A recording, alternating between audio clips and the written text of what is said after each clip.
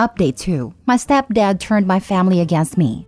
If you haven't watched the first part of this story yet, click the card above or the link in the description. Now for the second update. Alright, sorry for the delay everyone. Work has been busy, and I just got home this past weekend. I sat on that message from what it turns out was in fact my stepfather. My curiosity got the better of me, and I called him. I did do what some had suggested, and recorded a call using a different app. I wish I could say the call provided me something, but that would be disingenuous. Hearing his voice made my skin crawl. He asked how I was, and I told him to cut the nonsense, and he laughed. Nothing incriminating on his end, of course. Talk was about 3 minutes long, about nothing. I did ask him why he wasn't content with me being with her, and he said I wasn't man enough, and that a woman like her would have been wasted on me. He has a very traditional way of thinking relationship-wise, which is especially funny because it shows how much he never knew about our relationship, or her in general. Without going off on a tangent, my ex was/is pretty notably against gender norms. She has a very well-paying job and told me she'd never be comfortable being a stay-at-home mom/wife. She even often took the initiative for stuff in our relationship, etc. There wasn't really much to take away from the conversation other than that. I don't really know what he wanted, but I told him not to call me again and hung up. Not very eventful on that front.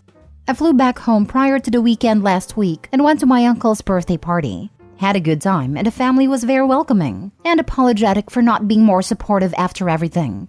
None of them were ever rude or anything. I've got no negative feelings towards any of them. I then talked with my brother and set up a meeting at his place with my ex and mother on Wednesday night.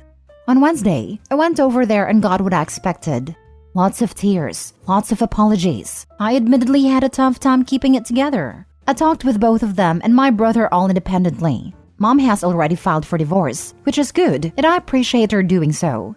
We had a decent conversation. You can tell it's strained, but I think we're making some progress towards healing. My brother and I had a good talk. He apologized for everything that had happened and I accepted it. Can definitely tell he feels remorse for how it all shook out. And for the work he put in to make it right, I definitely don't hold a grudge. My ex and I had a very long discussion through most of the night. We'd been talking over the phone for the last couple weeks already.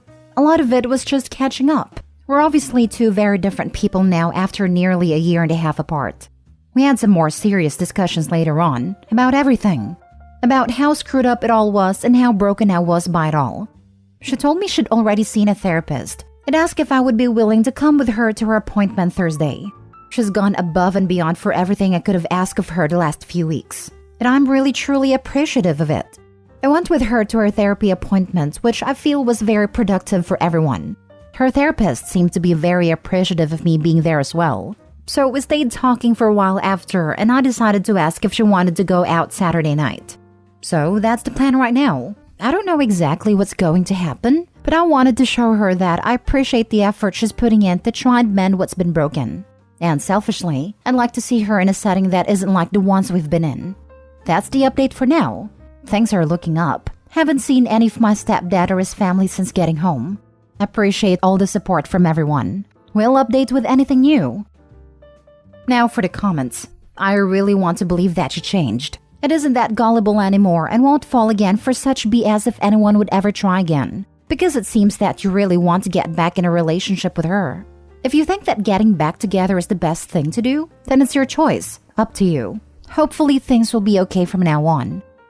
I'd like to, yes. That said, I'm still wary of it all. And I imagine will be for quite a long time naturally. I read your story recently, and I was so angry about your despicable soon-to-be ex-stepfather.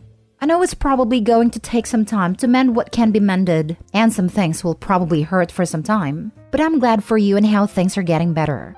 And am I correct in the understanding that your brother is who used to be your stepbrother? Because that's a point in your story that surprised me. As soon as you saw what length he went to reach out to you, you dropped the step. In any case, hope things go better for you as time goes. He is. It was actually accidental at first, but I certainly think he's earned that now. So wait, is brother still dating ex, or did he step back once everything came out? They aren't dating. Went on 2 dates at the suggestion of stepdad, but both felt gross about it. I'm honestly a bit concerned that because you don't have a strong support system, you let your mother and ex too fast back into your life. I would never trust them to have my back like a family should, ever again. Mom has already filed for divorce, which is good, and I appreciate her doing so. Why are you appreciative? This is a bare minimum, and mostly self-serving to get rid of a liar.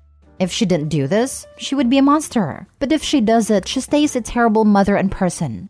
The same goes for you being appreciative of your ex trying to mend things. Not saying they can't change, but I would stay low contact for years to come and see if they seriously want to change. I'm appreciative because they've done all I've asked of them in the past few weeks.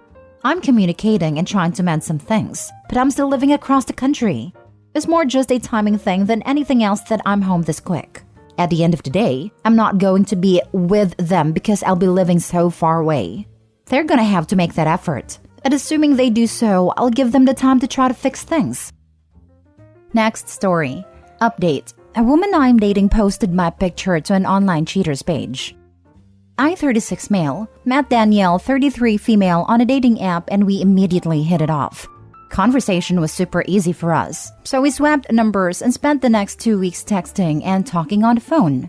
I explained early on that I want to take my time, because not only am I looking for something serious, but also have work commitments the next few months. I work in tech product sales, which can be very busy. It also involved me leaving the city for a few days at a time. She said she understood and was also looking for something long-term. Great. We met the weekend before Valentine's and had a nice restaurant date followed by dessert and coffee. We finished with a kiss, and I walked her back to her car. It was definitely the best date I've been on since my last relationship. The next day, I called her to say I was looking forward to seeing her again and would plan something when I get back. Now, I live in a major North American city, and from the 15th to 17th, I was booked 3 hours away for an on-site client meetings. I told her about this and let her know that we'd keep in touch. On a Friday I'm due to get back, I get a message from a close female friend asking who I angered. I have no clue what she's talking about, so she sends me a screenshot of my photo on what looks like a Facebook page and tells me it's a private group where women call out men for cheating. It's called Are We Dating the Same Guy? And this particular group is just for people from my city. In the screenshot, multiple people are posting under my picture with mostly harmless comments like, "Oh, I went on a date with him years ago. He was okay." But there were others like, "PM me for the tea." And one woman said, "He's an angry a-hole. Stay away for your safety." Because it's Facebook, I instantly recognized her name as someone I went on a date with the last summer who I had to block after she repeatedly tried to sell me her cat. Absolute lunatic. A few things about me. I am single. I have never been married and my last relationship was over a year ago. I am very selective, and Danielle was the first date I'd been on since the end of summer. I am also a very private person. I don't use social media and I don't kiss and tell. So the fact that my photo is on this site is mortifying. What makes matters worse is when I got home, I started getting texts from a bunch of other people I know, either laughing at me or calling me a womanizer.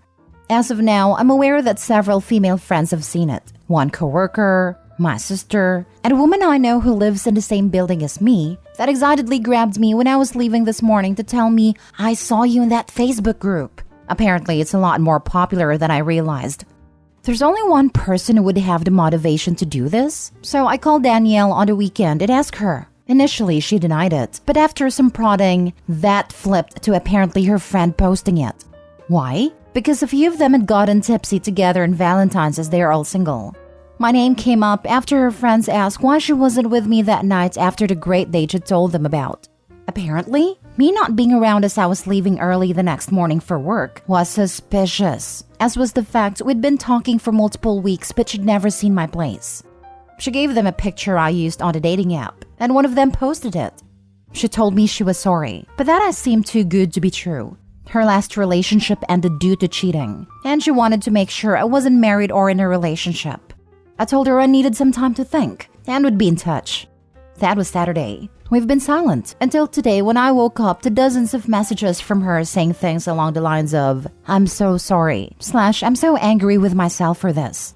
And then the real truth. It was her that posted it. She wanted to come completely clean and apologized for lying, telling me she panicked when I confronted her, but she wants it all out now. She sent me screenshots unprovoked of the PM conversations she was having with women in the group about me. Aside from the one head case I mentioned earlier, there was nothing accusatory, But what I couldn't get over was how they were discussing me in such an open manner. It had nothing to do with whether I was single or cheating. It was stuff like, he took me to this restaurant, he drives this kind of car, this is what his place is like, this is how much money I think he makes. I would never talk about exes or people I've dated like that. And if a guy tried to talk to me about Danielle like that, I'd think he was a freaking weirdo and tell him to stop. My two closest female friends are divided on this, so I'm here for advice. One thinks that women need to protect themselves against predators and violence, and groups like this are necessary. The other is angry on my behalf, because the presumption of men being posted to that group are that they're cheaters or sketchy. Otherwise, why would anyone even post them there? I really don't know what to do next. I've never had to deal with anything remotely like this before. I like Danielle, but it was one date. She also lied to me about it at first. This seems like a headache, and we've never even hooked up yet. Is she going to get even more paranoid after that? It doesn't feel like we're compatible. This feels like the past 3 weeks of us talking have been one massive waste. And that actually stings, because she's the first person I've really liked since my ex. Now for the top advice before reading the update. I'm really surprised you're considering moving forward with her after this. She lied to you. She invited judgment of you. She is very vulnerable to the opinions of others. And she is insecure. Insecurity definitely does not bode well with a job that will take you away from home often. This is a lot for one date. And quite frankly, below the maturity level I'd expect of a 33-year-old woman. I think you should let her go. Chalk this up to a story you'll laugh about someday on future dates and get back out there. This woman is insane. Don't walk away. Run. You can try asking her to take it down before you reject her, but don't keep your hopes up. Also, remember that she will likely share your text messages with the public, so be very careful in what you say. One date and you're already deep in drama? Man, even the crazy ones can normally hide their crazy for at least a few months. But nope, this crazy was already strong on day one. To top it off, she lies when she's confronted with something unpleasant and is projecting BS from past relationships onto you on day one. What advice would you give someone else who told you the same story? Because to me, this sounds like a bunch of red flags all up front. This is what I came to say. That and run. Now for the update. Back with an update, but firstly, a couple of quick notes based on the feedback I got. I don't care if you think my close female friend violated the sanctity of your super cool secret girls only club. As she told me, her loyalties are to me. She's known me since I was a child, but knows that I didn't deserve to have my photo plastered there. I understand that those groups may be necessary in keeping women safe or finding predators, but their moderator should go harder in ensuring that it meets those goals, rather than running a de facto gossip club where innocent people's personal lives are affected. I've had dozens of people reach out with very similar experiences, so perhaps your rules should reflect that rather than just keep boys out. As for the lunatic who wanted to sell me her cat, Cat seemed like a cool dude, but I just wasn't in the market for a pet. He also only had 3 legs, which made him run like a drunken sailor. All cats deserve love, so I hope he got away from her. Some of you alarmingly struggle with concepts of consent. I consented to my photo appearing on a dating app. I did not consent to my photo appearing in a "is this guy trash" group. These are not the same, and the stigma and assumptions associated with both are vastly different. I really shouldn't have to explain this, but here we are. Regarding me not realizing how big this group was, 3 of the women in my life all found out about it the same way. On Valentine's Day, a radio show ran a segment on it, then it got picked up by blogs and social media. It's even appeared on local television. My friend saw it on Twitter. Another saw a "this guy was dating 12 women" post that got shared and decided to investigate. My sister was texted by her friend about it, and when they all rushed to check the group out, there I was. Great timing. It currently has over 50,000 members. Anyway, moving on. So I decided not to pursue things with Danielle. She took the post down during our radio silence, but it mainly boiled down to just not seeing her in the same light anymore. I can accept that she is genuinely sorry, but I also know how I am, and it wouldn't be fair to either of us. This is supposed to be the honeymoon period. Everything is supposed to be light and cute. Now it's just suspicion and resentment. Not gonna lie, that period between when we first started talking to when I went away on my trip was really great. I looked forward to talking to her. When I would see a text, I got butterflies. When we kissed, it felt electric. Some people said what she did was such an obvious red flag. They were questioning why I was even hesitating. The reason is that I haven't felt like this in some time. My last relationship lasted 5 years, and after we broke up, I legitimately wondered if I could find that spark again. Especially after trying dating apps here and there, and not having much luck finding the right person.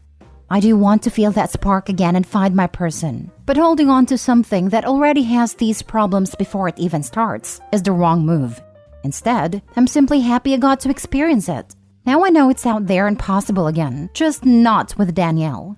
But I'll be honest, I did wake up today thinking, hey, you never know. Maybe a couple months down the line I'll think different, and maybe we'll go grab a drink. And then I saw she texted me. To preface, before I left the city for work, she sent me a photo with a message, "Don't forget about me." It was her in a bikini on a summer beach blowing a kiss. She's quite chesty, so it's not exactly safe for work, but there was no nudity. I opened today's text, which reads, "Hey, hope I'm not disturbing you, but I'd like to ask you to delete that picture I sent and do not share it with anyone." WTF? I just replied, "The only copy of that picture is in our chat thread. Do you seriously have this low an opinion of me?" To which she apologized and said she was just making sure. Fine. At first I was annoyed, but then I realized the most important thing. It was a reminder I had made a right decision. So I made another and deleted her number. I can't believe he didn't tell her. I would never share a photo of you without your consent. What kind of monster would do that? I kind of think he did say it in a classier way. You seriously think that low of me? Implies what she did was low AF. As someone who's been cheated on, I understand Danielle's insecurity and trust issues. The fact that she took it out on OP after one date shows that not only is she nowhere close to ready to date, but she also is giving her ex way too much power. She needs therapy before going into another relationship.